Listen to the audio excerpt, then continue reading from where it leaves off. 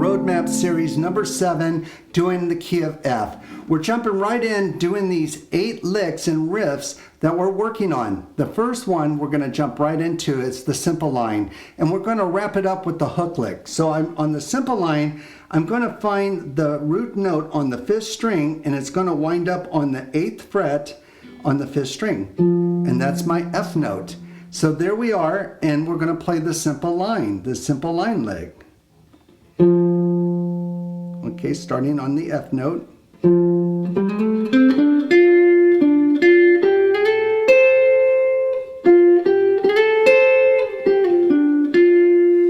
Okay, and you notice that kind of just leaves you hanging out there a little bit on that simple line, so I need to conclude it, and that's where we're going to go into the hook lick.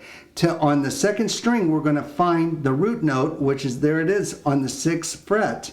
And we're going to go right underneath it on the 1st string and play the first 3 notes and hit that root note. Again, I'll do that. And we're going to slide up to 10 and 8. Okay, so putting that all together. Okay, so together on the first riff, we're going to go simple line.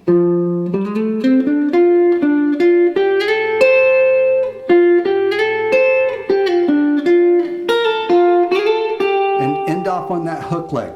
That puts us into number 2. It's like, where am I going to go now? Well, I'm going to try to look for the major scale. And the major scale, I want to be consistent and look at the 6th string. On the 6th string, on the 13th fret, there's our F note right there.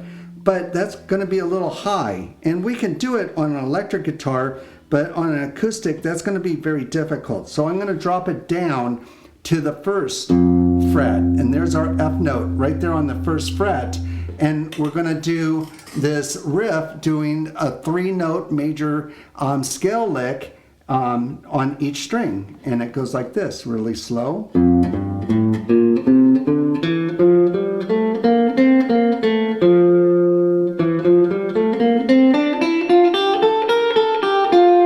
notice I'm going to end up on my 2nd string, 6th fret, right there, and there's that F note right there again. Okay, so here if we go a little bit giddy up and go, we're going to go.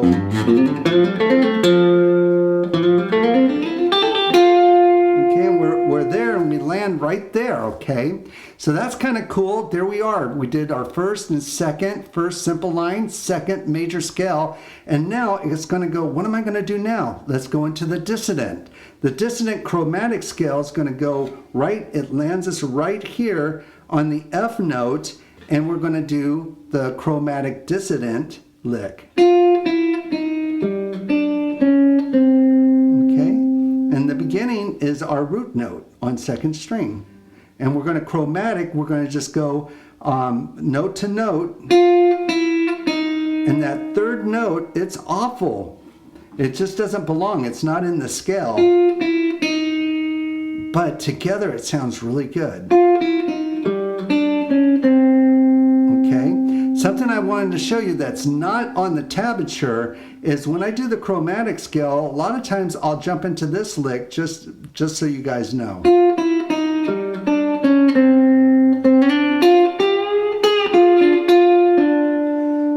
And basically, I'm going back into the 4th shape, into this triangle, and I love doing that all the time.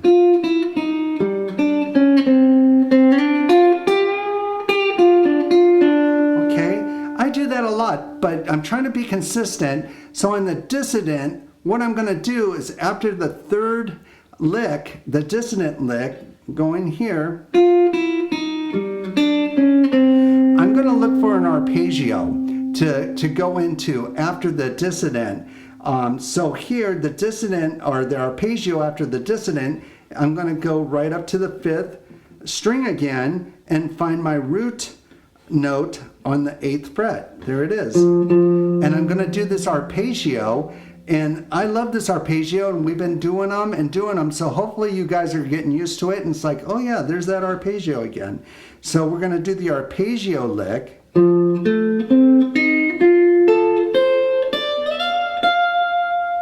Okay, super, I love this lick.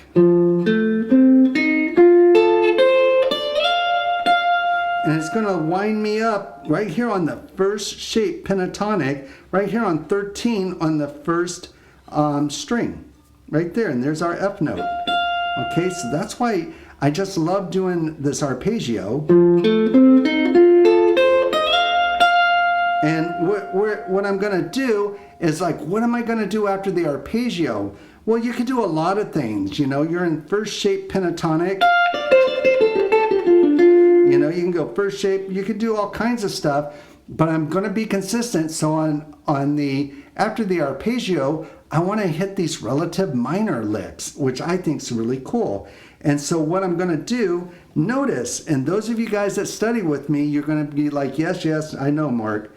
Here we are on our first shape, pinky major on F major, and index minor. Our first finger is the minor note, and there it is. There's that D note right there.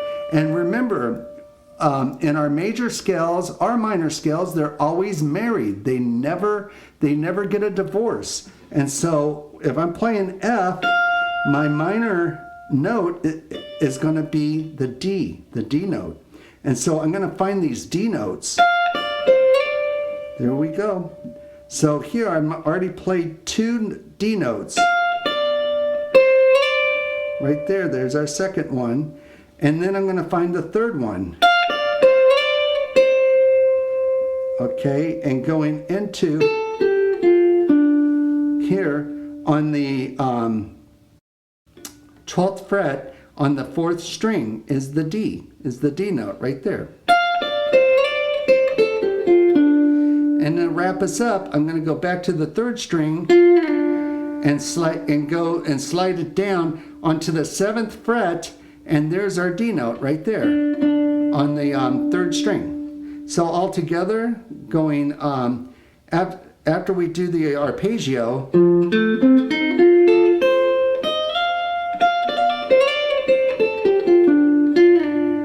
okay, so that's super cool. And look we've already played 5 licks super fast. And then after that, we're going to go look for our 6th lick as we're doing our chord progression, and it's going to be that low 5th pentatonic run. And the low 5th pentatonic run, we're going to basically do the 5th shape pentatonic, the 1st shape on the F pentatonic, the 1st shape, go into the 2nd shape, and do the 3rd shape, and end up on the 4th. So here, after we do the number 5 relative minor lick, we're going to go into the number 6, onto the low 5th pentatonic run. Here we go.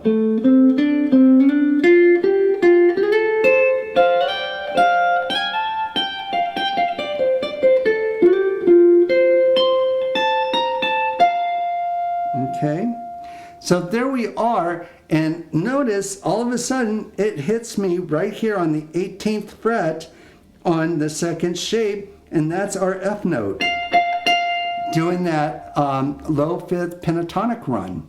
Okay, and calling it low, it feels kind of high as far as the low 5th per se. So here we go again on the relative minor. And then here I am starting on the 7th fret. That's not really too low for most of us.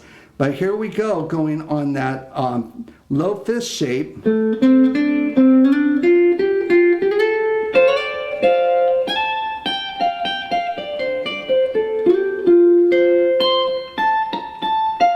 Okay, and I go into this F arpeggio kind of thing, kind of a triad, but basically it's just a D chord shape playing the F. Okay, there we are. We could do that down here, also on that 6th fret. Okay, but we're up here on the 18th, and so on the video, what I think I did is because we're going to do the the dissonant chromatic scale again, and so I just do it, instead of going down here, I do it way up here on and I just call it a high chromatic dissonant. Okay, so again, I'm starting on the 18th fret, and those of you that are on probably an acoustic, this would be very difficult. On the electric, it's much easier. If I was on an acoustic, I wouldn't go up here on the 18th. I would jump back down here on the 6th. Okay, but if you're on an electric, I would go up here. It would just give you another kind of voicing. It gives you a little bit more in your chord progression. It sound a little different because of the voicing. And we're just doing that chromatic dissonant again. And I'm going to go find the arpeggio. You know, going, hitting our relative minor. The fifth, low fifth pentatonic run.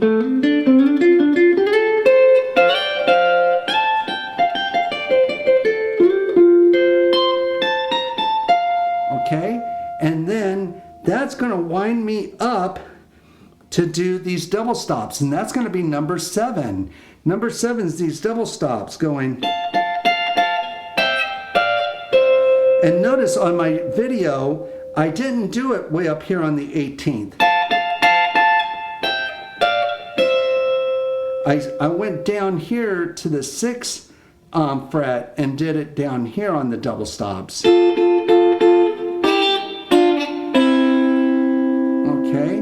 and you know, so either way, it's going to sound really good. I love these double stops. They bring a lot of color in.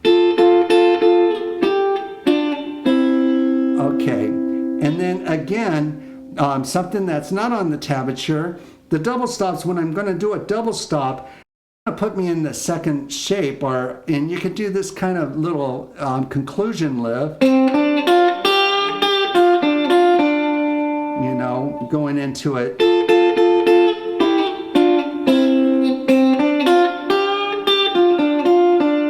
Okay, here we are on the 18th.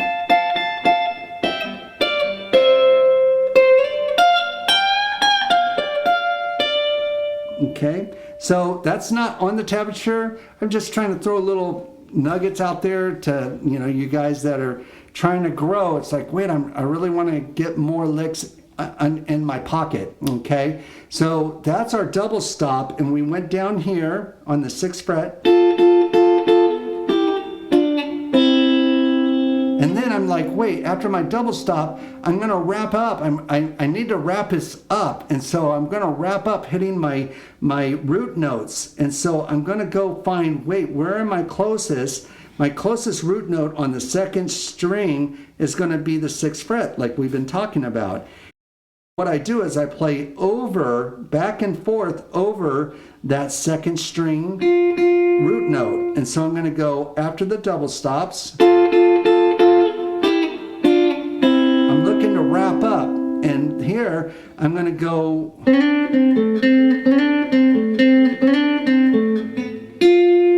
okay here, and remember this is our 4th shape. Okay, so I'm going back and forth on the 4th shape, finding that root note, then going into the 5th shape on the 3rd and 4th string, I'm bouncing back and forth. Okay, so again, how I start on number 8, wrapping this up, is hitting the root notes. I find the root note on the 2nd string. And then I'm going to go above it on the 3rd string and play over it back and forth. Now